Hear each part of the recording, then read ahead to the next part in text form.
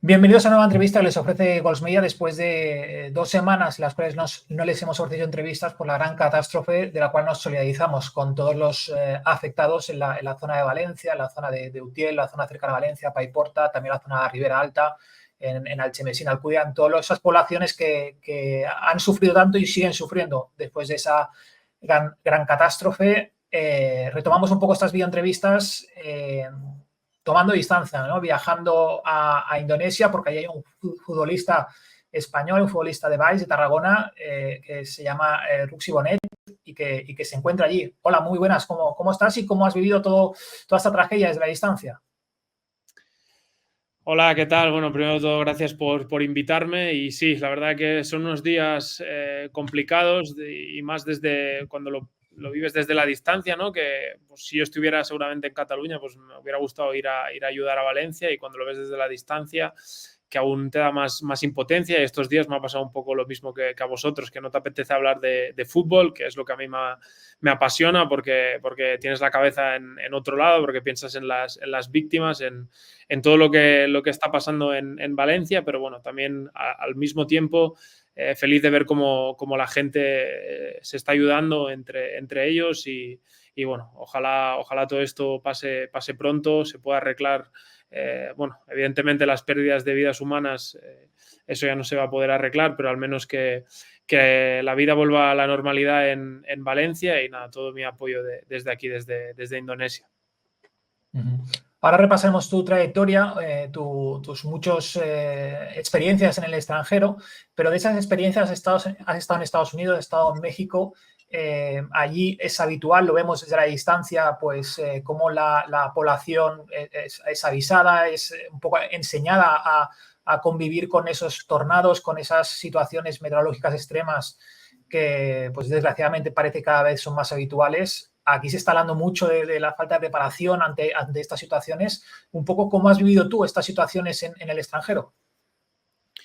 Sí, a ver, yo lo más cerca que he estado de vivir una situación así fue en Estados Unidos. Yo vivía en Tulsa, en Oklahoma, y bueno, es un sitio bastante propenso a tornados, a huracanes, y bueno, recuerdo un día después de un partido, además, que nos avisaron por el teléfono y nos dijeron que iba a ser una noche relativamente peligrosa. Nos mandaron mensajes al teléfono, alertas, que nos decían que por la zona donde estaba avanzando el tornado, nos decían que nos encerráramos en casa, que buscáramos, si vivíamos en un edificio, pues plantas más altas si podíamos, que nos encerráramos en el baño. Bueno, nos guiaban un poco, ¿no?, con lo que había que hacer. Yo, la verdad, estaba solo en Estados Unidos, y sí que es verdad que tenía algún compañero de equipo que nos íbamos mandando mensajes y me iba ayudando, pero la verdad que cuando estás solo en el extranjero, pues recibir mensajes así, pues te tranquilizan, te dicen un poco lo que tienes que hacer, y a partir de ahí, pues al final estos son fenómenos meteorológicos que, bueno, nunca sabes lo que puede pasar, ¿no? Pero al menos que la gente o que las autoridades te puedan ayudar. Y recuerdo bueno, pasó todo. La verdad que tuve miedo porque parecía que se iban a romper los cristales, que se iba a caer la casa, parecía, pero ya te digo, miraba por la ventana y no veía prácticamente nada. Pero es verdad que al día siguiente al día siguiente estaba todo un poco, la verdad, todo destrozado, árboles por todos lados, por las calles, pero es verdad que al siguiente día lo limpiaron todo, bueno, y la vida volvió a la normalidad, nada, en un día. O sea, no fue una cosa, y la verdad que fue un tornado bastante grande, ¿no?, para lo que podría haber sido. Y nada, la verdad que no sé cómo ha estado más o menos he ido leyendo, pero me puedo imaginar cómo ha sido un poco la situación en España, y una pena que no se haya gestionado mejor, aunque bueno, hay que ver exactamente. Y yo creo que ahora la gente también está muy exaltada, pero bueno, habrá que ver también cómo se ha gestionado todo, y bueno, si hay gente que tiene que asumir responsabilidades, pues que lo asuman, ¿no? Que yo, por ejemplo, otro país de los que he estado, que es Finlandia, lo que a mí me sorprendía es que, por ejemplo, cuando los políticos, la gente reconocía, ya sea los otros diputados o tal, que alguien había cometido un error grave dentro del gobierno, dimitían directamente. O sea, no había espacio para decir, ostras, me he equivocado. No. Incluso salían a decir, lo siento, me he equivocado, pero dimito, ¿no? Y eso es algo que aprendí pues, en los países nórdicos, que asumen responsabilidades y entienden que asumen cargos en los que no se puede cometer un error, porque un error puede llevar a tragedias humanas o a situaciones límite para la población, y eso solo se puede arreglar dimitiendo, y así creas un precedente, ¿no? para los próximos, ¿no? Que la gente sepa que cuando asumes un cargo como este, la responsabilidad es máxima. Y aquí además está hablando mucho la falta de formación, ¿no? Ya hemos sufrido danas mucho menos terribles que esta, pero por ejemplo en 2019 la zona de Alicante, Orihuela, que también hubo inundaciones, destrozos, víctimas mortales, no sé si hubo algunas, pero muy pocas en comparación a la enorme cantidad que está habiendo ahora. Pero creo que también en alguna de esos sitios donde has estado se os educa, ¿no? En qué hacer, en qué momentos. Por aquí la gente mucha ha fallecido lamentablemente por ir a salvar el coche, a bajar en situaciones, pues eso, a salvar el coche porque está inundando en el garaje. Creo que también nos educan, ¿no? En qué hacer si suceden este tipo de situaciones extremas meteorológicas. Sí. Evidentemente, por ejemplo, en sitios como en Islandia o en Finlandia, que normalmente suele haber pues, heladas o nevar o bueno, situaciones de este tipo, pues sí, hay algo más de bueno, ni que sea directamente, ¿no? El propio club a veces nos avisa de lo que sí podemos hacer, cuándo podemos salir de casa, cuándo no, o temas del coche, cuando tienes que cambiarla. Por ejemplo, en Finlandia yo recuerdo que tienes que cambiar las ruedas, porque si sigues con las ruedas de verano, ahí va cada 6 meses, tienes que cambiar las ruedas del coche, porque cuando ya es septiembre, octubre, ya empieza a ser muy peligroso ir con las de verano, ¿no? Y ahí pues la gente o las propias leyes, ¿no? Te obligan ya un poco a cambiar de ruedas en ese sentido para evitar problemas en la carretera, ¿no? Situaciones de este tipo, lo mismo un poco en Estados Unidos. Yo creo que en Estados Unidos también hay un protocolo, ¿no? Para todas esas situaciones, y bueno, al final es la importancia que le das, la inversión que haces en ese ámbito, y bueno, también viendo un poco cómo está la situación en el mundo con el cambio climático, pues yo creo que hay que prevenir y hay que invertir en ese sentido para que esas cosas no pasen. Y bueno, no sé si esto va a servir para aprender, a pesar de haberse cobrado muchas víctimas, pero para que no vuelva a pasar seguro, porque es que no, la verdad ha sido una desgracia muy, muy grande. Aunque nos vaya a costar, pero vamos a intentar hablar un poco de fútbol también, de toda tu trayectoria y de tu experiencia en el fútbol, que como decía, eres de Valls, de Tarragona, comenzaste jugando a Pola Malfumet, en el Nàstic, en el Olot. Antes de emprender esos viajes en el extranjero, coméntanos un poco cómo fueron tus inicios en el fútbol. Bueno, yo empecé a jugar en el colegio como todo niño, y bueno, poco a poco pues jugué ahí en prebenjamines, Benjamín, y luego ya me fichó el Valls, que es el equipo de mi pueblo, donde estuve varios años, ¿no? Estuve hasta que tenía prácticamente 15, 16 años. Es decir, yo más o menos, porque casi todos los compañeros que me he encontrado, ¿no? Todos estuvieron en canteras, y yo simplemente, pues mi cantera fue el Valls, el equipo de mi pueblo, ¿no? Es verdad que cuando yo tenía 12, 13 años podría haberme ido igual al Nàstic o al Reus, pero mi padre había sido también entrenador de fútbol profesional, pues me mantuvo un poco, ¿no? Me dijo que mejor que me quedara en Valls, en el pueblo, ¿no? Y así lo hice hasta que era juvenil de primer año, y ahí sí me fichó el Nàstic, ¿no? Y bueno, hice los 3 años ahí de juvenil. Ya estuve en Juvenil División de Honor un par de años, y luego pues ya pasé directamente a la Pobla de Mafumet, que es bueno, actualmente lo es, pero antes también el filial del Nàstic, ¿no? Y ahí estuve cuando tenía 18, 19 años con Martín Pose, que fue el entrenador un poco que me hizo debutar en el fútbol semiprofesional, por decirlo de alguna forma, en la tercera división de antaño. Y bueno, es verdad que en ese momento, cuando mejor estaba, ya te digo, tenía 18, 19 años, estaba jugando en tercera división, había jugado bastante, pero bueno, tuve una lesión de cruzado muy grave, justo cumplía 20 años, si no me equivoco. Y nada, esa primera lesión del cruzado se me complicó. Es verdad que estuve 6 meses, luego volví, y es cuando el Nàstic me cedió al Olot, ¿no? a segunda B, porque la Pobla fue el equipo que estaba yo, también habíamos ascendido, estábamos ambos en segunda B, pero ahí cuando yo fui a Olot, la rodilla no acaba de estar bien, me tuve que volver a operar y estuve prácticamente 1 año y medio fuera. Y eso pues fue, la verdad, fue jodido, pero bueno, salí de esa situación, volví y empecé a jugar otra vez con la Pobla de Mafumet, con Martín Pose, porque en el Olot no pude prácticamente jugar. Bueno, no, de hecho no jugué ningún minuto, estuve ahí 6 meses como cedido y no llegué nunca a jugar. Y nada, ya con la segunda operación, pues la verdad que me empecé a ir bien y empecé a jugar de nuevo en tercera división, y ahí empecé a ir con el primer equipo, que estaba de entrenador en el primer equipo, estaba Vicente Moreno, y Vicente Moreno me hace debutar en Copa Cataluña, en las semifinales.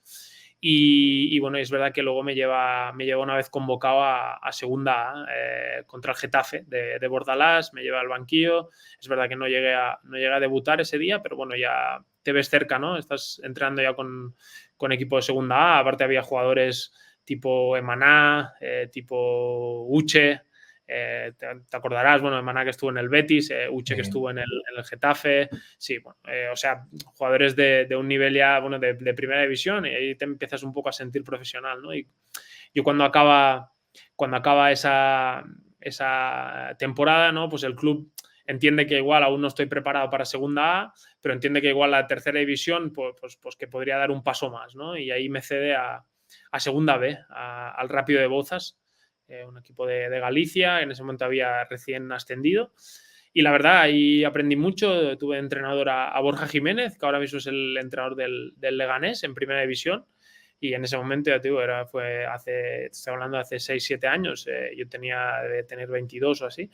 Y nada, la verdad aprendí mucho con él, pero es verdad que en enero, febrero volví a recaer del cruzado, pero en este caso me rompí la otra rodilla. Y ahí, bueno, pasé 6 meses, la verdad me recuperé rápido, pero ya el Nastic me dice, bueno, después de 2 cruzados, pues entendí pues que ya no iba a seguir ahí. Y claro, tuve un poco que rehacer un poco mi carrera, porque yo quería seguir jugando en segunda B, evidentemente, pero claro, venía de 6 meses sin jugar, me fue difícil, era un perfil joven, si no me equivoco ya dejé de ser sub-23, y ya en ese momento pues solo me salió la opción de ir a Formentera, que era tercera división. Pero bueno, era un club que en teoría iba a luchar por ascender. Me gustaba también la idea de vivir en una isla, y bueno, la verdad que ahí tuve de entrenador a Iván Gómez, que también es valenciano, ahora está en el Atleti de Bilbao, de analista, en el Baskonia, si no me equivoco. Y con Iván también, la verdad, pasé un buen año, aprendí. También estaba ahí Santi Martínez, creo que es el apellido, que Santi también estuvo de entrenador en Valencia, en varios equipos en tercera división. En el Roda, recuerdo, sí. Y en el Roda, también en perfil así de entrenador joven, también con el que aprendí mucho. Y Miguel Ledesma, que era el preparador físico, que también ha estado, aún sigo en contacto con él. Y la verdad que fue un buen año también. Ahí también tuve compañeros también que habían estado en primera división, tipo Samu San José, el central, no te acordarás, de Sporting, Ponferradina, y bueno, también estaba Garmendia, que bueno, es jugador del Atleti de Bilbao, y la verdad que teníamos una buena mezcla, ¿no?, de jugadores más veteranos y jugadores más jóvenes. Y bueno, ese año la verdad lo jugué prácticamente todo, y fue un buen año en general, pero no llegamos a ascender. Nos quedamos a las puertas en el playoff, nos eliminó el Lealtad de Villaviciosa. Y bueno, ahí llegó el momento que decidí decir, bueno, ya tengo 23 años, en España es muy difícil, no me salía nada de segunda B, y dije, va, yo quiero ser profesional, me gustaría al menos experimentar, ¿no? Y ahí es cuando ya decidí irme al extranjero, y bueno, empezó un poco mi andadura en el extranjero. Y tu andadura en extranjero, que comenzó en Islandia y Finlandia, creo. Uno de esos equipos es el Interturku, que ahí hemos hablado, recuerdo cuando estaba en ese equipo a José Ribeiro y Sergio Almenara, que también estuvo ahí de segundo entrenador, un valenciano también, que hablamos Sí. en esos años. ¿Cómo fue ese romper, ¿no?, un poco la zona de confort, irte fuera, que siempre es como distanciarte un poco de familia, de amigos, otro fútbol totalmente diferente? ¿Cómo fue esas primeras experiencias en el extranjero?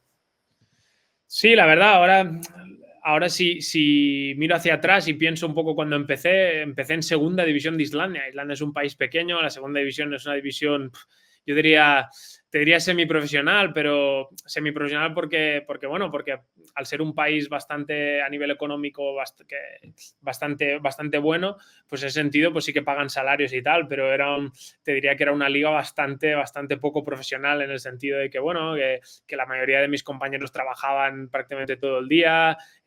Me acuerdo de estar entrenando y que algunos jugadores venían con la camiseta del Manchester United en vez de tener la equipación del club. O sea, eso era de todo menos profesional, ¿no? Pero es verdad que, a mí un representante me ofreció esa posibilidad. Es verdad que más o menos en cuanto a salario pues me compensaba, porque ya te digo, un país como Islandia son países que hay salarios muy altos y sí que es verdad que la vida es muy cara, pero bueno, me pagaban un buen salario, la casa y tal, y digo, bueno, voy a probar la experiencia y al mismo tiempo intentar progresar. Y yo siempre digo, la primera oportunidad en el extranjero normalmente no es la mejor, no es la que esperas, no es... y aparte un jugador como yo que venía de tercera división, que no venía, y si vienes de segunda B igual es más fácil, pero veniendo de tercera yo me lo tenía que currar. Y así lo hice, empecé ahí, estuve unos meses ahí y este representante que me había ofrecido la posibilidad de ir ahí y que me dijo que si lo hacía bien me buscaría equipo en otro país nórdico, así fue. Me llevó a segunda de Finlandia y me llevó al KTP, ¿no? Era un equipo histórico de ahí, que estaba en segunda división, pero que había estado en primera y que el objetivo era ascender. Y nada, la verdad que allí hice probablemente la mejor temporada de mi carrera, te diría. Se dieron una serie de cosas, ¿no? De los compañeros, el entrenador. La verdad, jugamos muy bien ese año y ascendimos, ¿no? Ascendimos como segundos. Pero a mí ese año me hace una oferta el equipo que asciende como primero, que es el Oulu, ¿no? Y acaba la temporada, yo tenía un año de contrato y Oulu, la verdad, me hizo una oferta mejor a nivel económico y aparte que a nivel deportivo también veía que estaba un poco por encima del KTP, que es el club que yo estaba. Y así fue, estuve ahí una temporada en Oulu y la verdad que nos salvamos de milagro, quedamos penúltimos y ahí se juega un play-out como en Alemania, ¿no? Y jugamos contra el segundo de segunda división, que era el Rovaniemi, y pasamos esa eliminatoria y nos salvamos. Y el equipo que ascendió fue el KTP, que es el equipo con el que yo había ascendido, ¿no? Así que, un poco en esa decisión, pues me fue bien y no me equivoqué. La verdad, hice buena temporada, lo jugué todo, de lateral, de central, y me fichó. Entonces es cuando ahí me ficha el Inter Turku. Y ahí pues también, la verdad, yo estaba muy motivado porque con el Inter Turku íbamos a jugar Europa y para mí ya era un paso más en mi carrera. Y haber empezado en segunda de Islandia y ahora encontrarme ya en primera de Finlandia, después de 2 años y medio, encontrarme ya jugando Europa y jugando en un club grande, pues la verdad que fue un paso adelante para mí. Ahí también tenemos un entrenador valenciano, he tenido varios entrenadores valencianos. Ahí estaba Miguel Grau, que estuvo entrenador en el Valencia Mestalla y estaba de segundo también Xavi Calabuig, que había estado con él de preparador físico. Y la verdad fue un año difícil. Miguel Grau al final lo destituyeron a mitad de temporada. No teníamos mal equipo, pero no había igual tan buen grupo.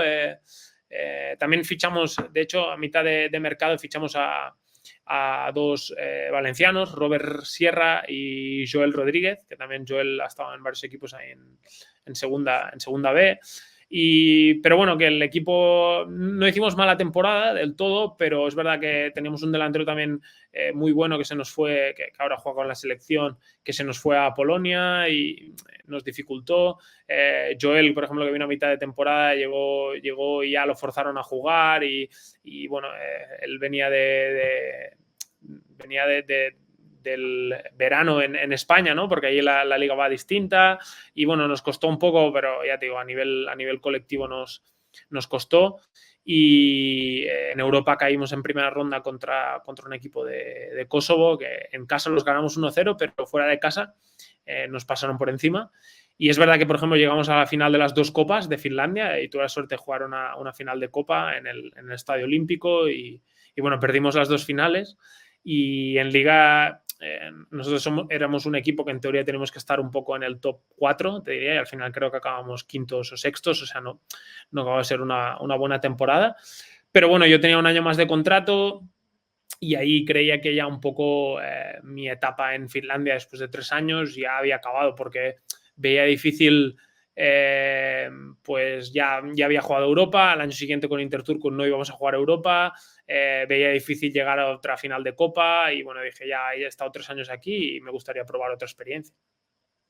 Y tú fuiste a América, a México y a Estados Unidos, un fútbol que, bueno, sobre todo Estados Unidos, con pues el Inter Miami de Messi, pues ha tomado mucha relevancia y ya lo tenía desde hace años, pero ahora cada vez se mira más y se va a mirar mucho más con ese Mundial próximo que se va a celebrar allí. ¿Cómo se vive allí? ¿Qué notaste en ese fútbol creciente en Estados Unidos y también muy pasional siempre como ha sido México? ¿Qué te llevaste a esas experiencias? Bueno, yo llego a Estados Unidos un poco de casualidad, la verdad. Yo simplemente quería cambiar de destino y bueno, me costó porque estuve como 3 meses o así sin equipo. Pero bueno, casualidades de la vida, yo ahí me había quedado libre de representante y me pasaron el teléfono de un agente de Estados Unidos y le mandé un mensaje y a veces pues hay agentes de este tipo que no te contestan, pero ese me contestó y al día siguiente tenía una oferta para mí y la verdad yo la oferta era del Tulsa y yo la verdad no conocía Tulsa. Y bueno, tuve que mirar un poco, pero claro, en ese momento la oferta económica era buena, me motivaba el hecho de ir a la USL, que es la liga que está por debajo de la MLS, pero es una liga relativamente potente, y me motivaba el hecho de jugar en Estados Unidos, así que no me lo pensé, y bueno, tuve que esperar un poco por temas de visado, pero me fui a Estados Unidos y la verdad me encontré muchas cosas distintas, ¿no? Tanto al fútbol, luego que ya te contaré un poco cómo fue en México, pero también en cuanto al fútbol europeo. Me fui a un fútbol que en cuanto a instalaciones, a medios, es espectacular. O sea, yo me acuerdo de tener un vestuario, de tener un gimnasio, de tener unos campos de entrenamiento, que es verdad que eran césped artificial, pero que ahora lo estaban arreglando. Y bueno, de tener dueños, nuestros dueños eran multimillonarios y estaban invirtiendo en el club y decir, bueno, de tener unas facilidades que yo creo que clubes de primera división, te diría de España, incluso de Inglaterra, de Premier League, no tenían. Nosotros en un equipo de segunda división de Estados Unidos teníamos unas facilidades que otros clubes en Europa pues no tienen, ¿no? Es verdad que allí pues el fútbol sí que es verdad que está creciendo últimamente, también por el tema de Messi, pero es verdad que sigue siendo un fútbol en el que se mira mucho lo que es el marketing, lo que es el fútbol como un negocio, ¿no? Como entretenimiento, no tanto como esa pasión por el juego. Ahí nunca sientes que haya presión de ningún tipo por los resultados, al final no hay ascensos ni descensos. La gente, yo me acuerdo, los aficionados cuando acaba el partido te dicen has perdido 0-4, venga chicos, no pasa nada, la siguiente. La gente va allí un poco a pasárselo bien, es verdad, la gente no le importa tanto si ganas o pierdes, la gente va a pasárselo bien y lo importante un poco para los clubs es hacer dinero, es un negocio. Yo me acuerdo de tener, yo qué sé, por ejemplo, de tener en la oficina 20 personas trabajando y yo llegar y preguntar, pero esta gente, ¿quiénes son? No, este es el de marketing, este se encarga de vender el club a los colegios, este se encarga no, un montón de gente que tenía trabajos. En cambio, vas al área de scouting, vas al área de dirección deportiva, no había nadie, o sea, simplemente todo lo gestionaba el presidente y el entrenador, que ahí se encargan, o sea, hay cosas, ¿no? De que, al menos en mi club, supongo que en MLS, pues en MLS sí que habrá una estructura deportiva mucho, mucho mejor, ¿no? Pero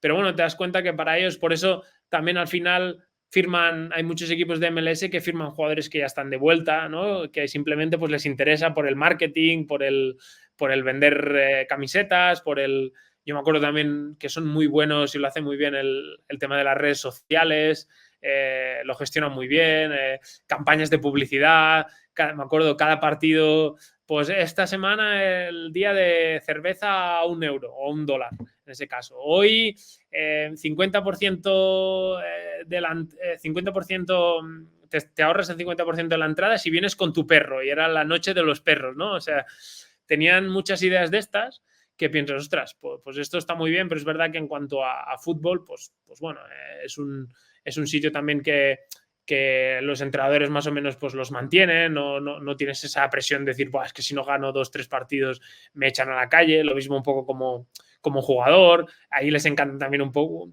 los jugadores de highlights, pues ven a un jugador que ha metido un golazo y ya, bueno, lo valoran como si fuera un jugador increíble, no sé.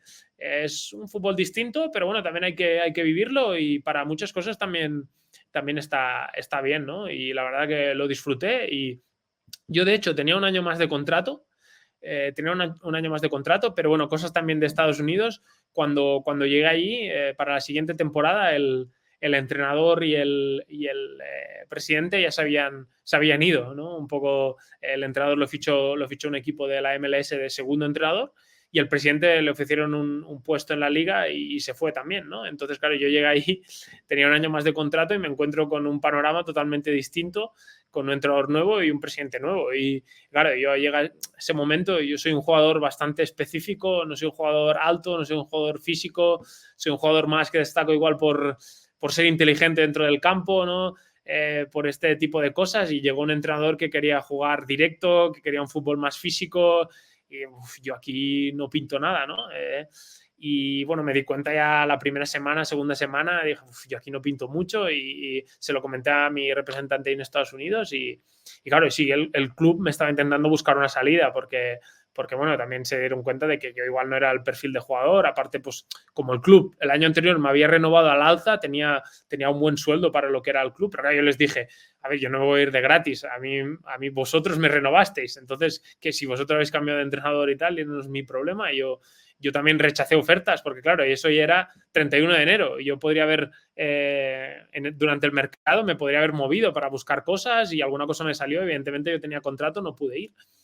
Y llegamos a un acuerdo y la verdad que tuve la suerte de que me pagaron la mitad del contrato. Yo me había portado bien con ellos y bueno, tuve esa suerte de que me pagaron la mitad del contrato, ¿no? Y en ese sentido yo dije, bueno, ahora con la mitad de mi contrato ya era como ya había cobrado la mitad del año, ¿no? Entonces dije, bueno, voy a probar alguna experiencia nueva y me salió la oportunidad de irme a México. Ahí estaba Nacho Castro, que es un entrenador español que había estado en el San Fernando, había estado en la Kings League también.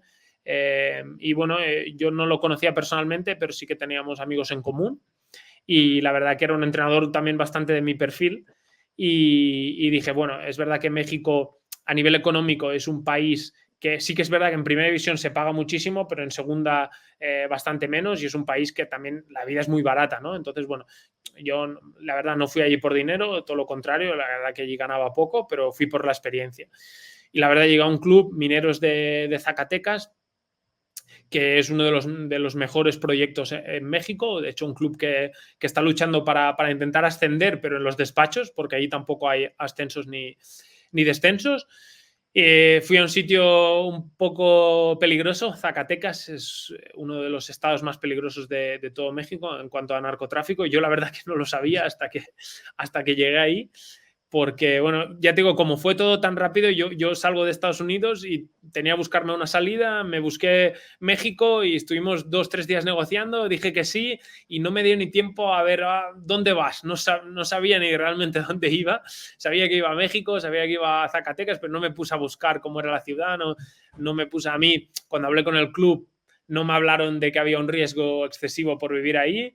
Y claro, cuando me puse en internet y vi que, ostras, que era el segundo estado más peligroso de todo México, que está en el centro, ¿no? Y es un poco donde se controla, bueno, donde luchan un poco los dos cárteles de la droga por controlar el centro, porque si controlas el centro de México, pues las vías hacia Estados Unidos y tal es mucho más fácil, ¿no? Y es verdad que cuando yo llego ahí y veo las noticias y aparecen cabezas degolladas por cualquier lado, y dices, y yo empecé a pensar, le pregunto al delegado y me dice, bueno, me dice un poco en broma, pero me dice, como mucho te puedes encontrar algún ¿cómo me lo dijo? No sé si me dijo una balacera o un cruce de... Sí, de balas, ¿no? Por ahí. De balas, sí. Y pensé, y me dice, bueno, si pasa eso, pues sales corriendo. Y digo, no, ya, parado no me voy a quedar. Pero, y es verdad que, bueno, todo es muy relativo. Tampoco, no tuve que esquivar ningún problema de esos, no escuché ningún tiroteo. Es verdad que tenía compañeros de equipo que sí me dijeron que habían escuchado tiroteos, y yo sí que es verdad que tuve una experiencia, pues que un día nos quedamos tirados con el coche, ahí sí pasé miedo, y sí que vimos en una carretera, era de noche, y sí que vimos, yo creo que se paró un coche que eran del cártel seguro porque tenía toda la pinta, ¿no? A mirar si estamos haciendo algún intercambio o tal.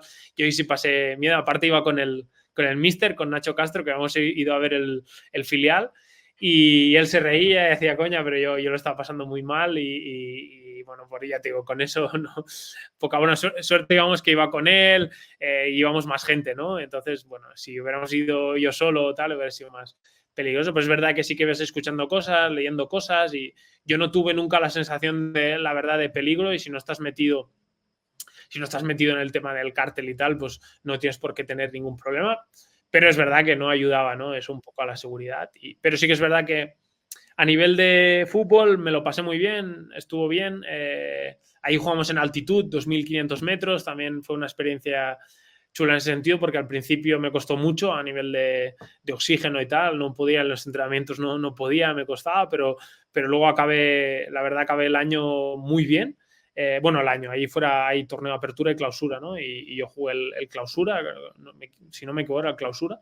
Y bueno, nos metimos en la liguilla, y ahí no hay ascensos ni descensos, pero bueno, era para ser campeón de liga, y nos eliminaron los Leones Negros de Guadalajara, pero jugamos en el Estadio Jalisco, que es un estadio mundialista, y la verdad que como experiencia estuvo muy bien, y bueno, yo tenía un año firmado, pero bueno, acabaron los 4 o 5 meses y era un poco, bueno, como económicamente tampoco era nada del otro mundo, y ya lo había probado, no había ascensos ni descensos, y hablé con el director deportivo, que de hecho me llevó muy bien, y me dijo, no, sin problema, estamos contentos contigo, si quieres seguir, pues puedes seguir, pero si quieres dar un paso a otra liga, pues lo entendemos, no te preocupes. Aparte es un proyecto también de gente joven, yo ahí tenía ya, bueno, esto hace unos meses, yo tenía 29 tal, y dije, bueno, ya quiero probar alguna otra cosa. También había acabado un poco cansado del fútbol, y me dije, me voy a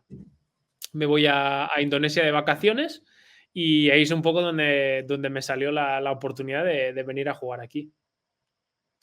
Y como comentas, has cambiado ahora de destino. A los muy frikis del fútbol sí que a un partido de clausura, de apertura vemos, y vemos un poco algo del fútbol americano, del fútbol de Estados Unidos, quiere decir, de México, pero te has marchado a Indonesia, al PSIS, creo que se llama el nombre del club. Cuéntanos, porque es un fútbol quizá muy desconocido para muchos, ¿cómo es el fútbol allí?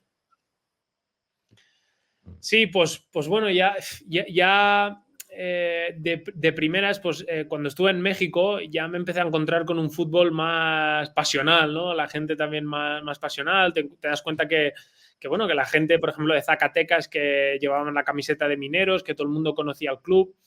Y aquí es un poco lo mismo, pero multiplicado por 10. Aquí es increíble la pasión que tiene la gente por el fútbol.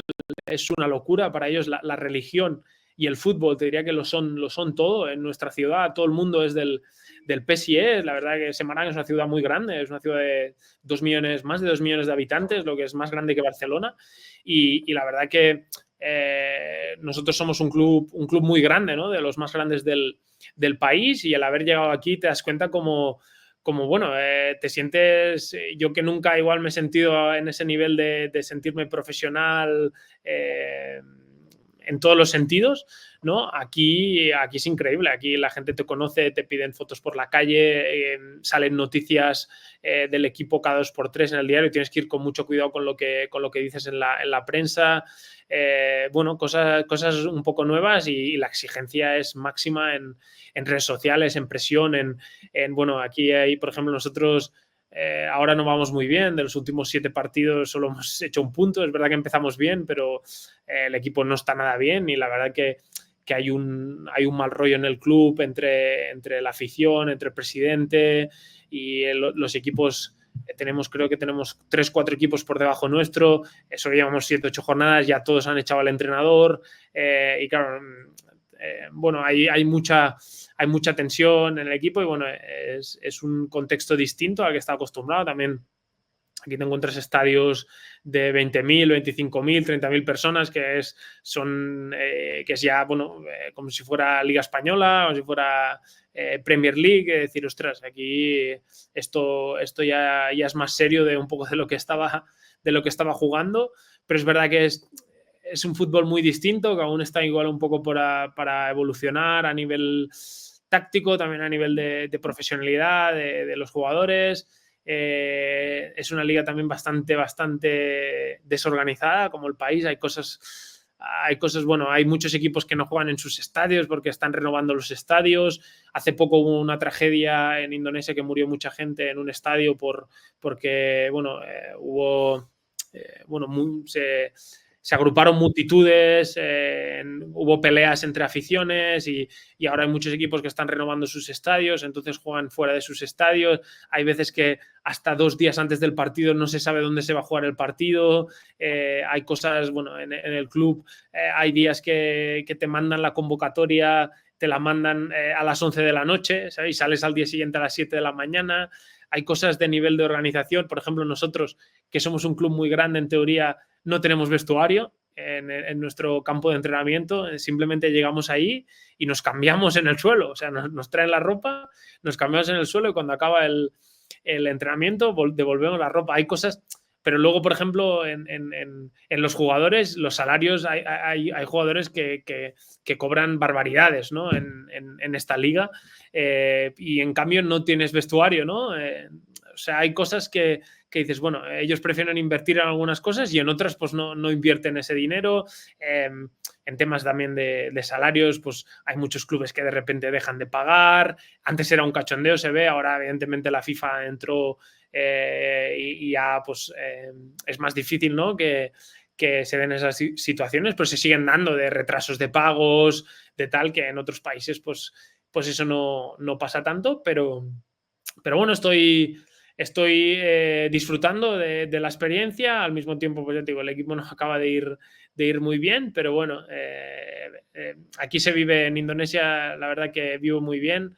No tiene que ver lo que es la gente en el ámbito del fútbol con lo que es la gente en la vida real. La gente es maravillosa, sonríen, bueno, te ayudan en todo, en lo que haga falta. Es verdad que luego en el fútbol se transforman un poco, pero bueno, también la vida aquí es súper barata, se vive muy tranquilo y el país está mucho más desarrollado de lo que la gente se puede pensar. Es verdad que hay mucha pobreza, pero también hay infinidad de restaurantes, de cafeterías modernas, de cines, de centros comerciales, de que la verdad que da la sensación también de ser un país desarrollado. Aquí hemos conocido en Gols Media, las entrevistas que hemos realizado durante los meses y que ahora han podido ver nuestros seguidores, pues a jugadores que han estado en diferentes lugares del mundo. La verdad que tú ya te has recorrido con 29 años, eso, Finlandia, Islandia, México, Estados Unidos, ahora en Indonesia.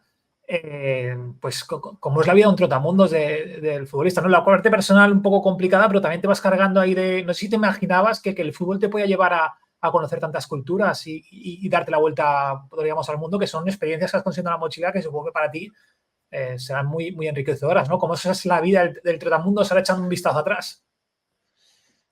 Es una buena pregunta y hay muchos temas a comentar, ¿no? En este sentido. Es verdad que mi carrera ha sido un poco... Me he dejado llevar, o sea, no... Es verdad que yo siempre he tenido la intención de ir jugando Ya te digo, cuando cumplí 23 y vi que era muy difícil ya progresar en España, dije, bueno, yo al menos voy a vivir experiencias, ¿no? Y intentando ser futbolista profesional sin dejar de lado eso, ¿no? Pero en España hay mucho nivel y, sinceramente, creía que no me daba.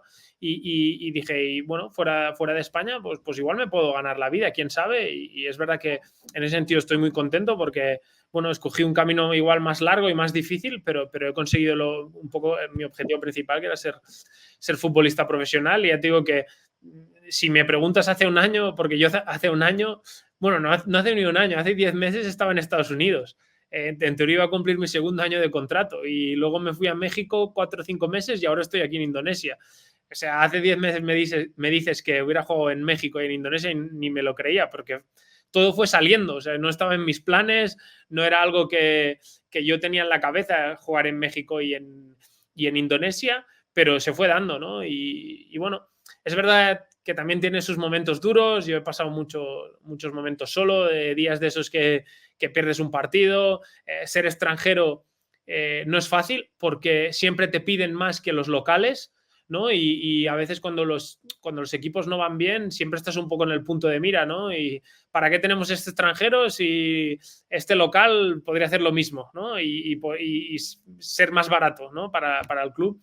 Entonces, bueno, eso a veces es un poco complicado. Es un poco complicado también temas de bueno, tener que hacer la maleta, tener que cosas que igual no lo sé. Yo, por ejemplo, siempre he tenido no problemas, ¿no? Pero siempre, pues yo que sé, alquilas una casa pensándote que estarás un año y resulta que después, al cabo de 4 o 5 meses, te tienes que ir, ¿no? Y tienes que igual que renunciar a mucho dinero, que eso la gente no lo ve por eso, ¿no? Y tener que o tienes tus amistades, ¿no? En un país, empiezas ya a desarrollar, bueno, a conocer a cierta gente, a desarrollar ciertos vínculos, empiezas a tener una vida más o menos ya controlada y de repente pues vuelves a cambiar porque es lo que igual necesita tu carrera, ¿no? O es lo que tú crees, ¿no? Y no es fácil, ha habido y sigue habiendo, la verdad, te mentiría si no dijera que hay momentos duros, pero bueno, al final siempre pienso que los momentos positivos valen la pena y yo también estoy un poco preparándome un poco para el futuro, ¿no? A mí me gustaría ser entrenador y el hecho de poder haber vivido el fútbol en distintas culturas me da mucha información para el futuro, porque ya te digo, no es lo mismo y no tiene nada que ver entrenar en Finlandia que entrenar en México. Es que el jugador finlandés o el jugador mexicano no tiene nada que ver y si tú vas con tu idea a Finlandia y haces lo mismo en México no te va a funcionar y saber adaptarte como entrenador a esos contextos pues me parece súper importante y el haberlo vivido como jugador creo que me va a facilitar las cosas para entrenador y eso también era un poco mi idea de por qué, ¿no? El siempre ir cambiando de destino, pues es ir sembrando un poco para el futuro. Pues muchas gracias, Ruxi Monet, por dejarnos conocer tu interesante trayectoria. La verdad que recorriendo ahí todo el planeta. Por último, no sé, nos comentabas que eso, que hace un año te podíamos haber pillado en Estados Unidos y pensabas continuar allí, ahora estás en Indonesia. Futuro supongo que donde el balón te lleve, ¿no? Que ha sido un poco tu vida en los últimos años. Aunque vemos eso en las redes sociales que siempre estás ahí analizando, ¿no? En la parte táctica y comentabas ya viendo esa otra... el otro lado del fútbol, la parte más táctica, un poco, ¿qué nos puedes comentar sobre expectativas de tu futuro?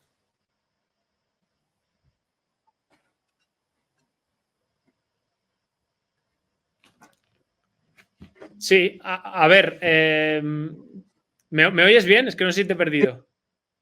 Sí, te escucho. Vale, se me había parado un poco, perdón. No, ya te digo que no lo sé cuánto. Mira, yo tengo los 2 cruzados operados, ya te lo he contado. Es verdad que no tengo planificado jugar hasta. O sea, no creo que. No me veo jugando con 34, 35.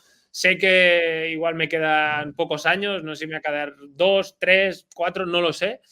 De momento mi objetivo es disfrutarlos. Quiero empezar como entrenador joven, no quiero hacerlo muy tarde. Y la verdad que a partir de ahora estoy un poco a lo que venga, ¿no? A lo que venga. Simplemente quiero disfrutar del fútbol lo que me queda. Seguramente aún pruebe algún país más. Aún no lo sé, pero algún país igual algo más exótico. Es verdad que no sé si por suerte o por desgracia, pero muchas veces me ha tocado estar en equipos que están luchando por el descenso. Ya en los últimos 3-4 años me ha pasado tanto en Estados Unidos como en Finlandia, como aquí, que en equipos que están abajo. Y bueno, igual me gustaría algún año igual ir a un país algo más exótico y poder ganar algún título, ¿no? Algo de decir, ostras, pues mira, tengo un título en mi carrera, ya que en Finlandia estuve muy cerca, pero no llegué. Y pues es verdad que gané la Copa Cataluña con el Nàstic en ese año, pero bueno, evidentemente es un título menor. Y nada, iremos viendo dónde me lleva el fútbol, de momento disfrutándolo y bueno, no sé cuántos años serán, pero donde sea, pues ahí iremos con ilusión y a seguir. Pues muchísimas gracias, Ruxi Bonet, futbolista de Valls de Tarragona, que ahora mismo está jugando en Indonesia y que se ha recorrido, como decíamos, medio planeta. Muchísimas gracias por dejarnos conocer tu historia, tu recorrido y todo lo que te llevas en la mochila de esas experiencias. Y muchas gracias a todos ustedes por seguirnos en golsmedia.com, toda la información de la primera, segunda y tercera federación, intentando retomar un poco el pulso después de esta gran tragedia, catástrofe en Valencia, que nos ha dejado un poco a todos bastante helados y dolidos por todo lo que está sufriendo la provincia de Valencia, también una localidad de Castilla-La Mancha que también ha sufrido mucho el impacto de esta Muchas gracias y siguen teniendo toda la información en golsmedia.com.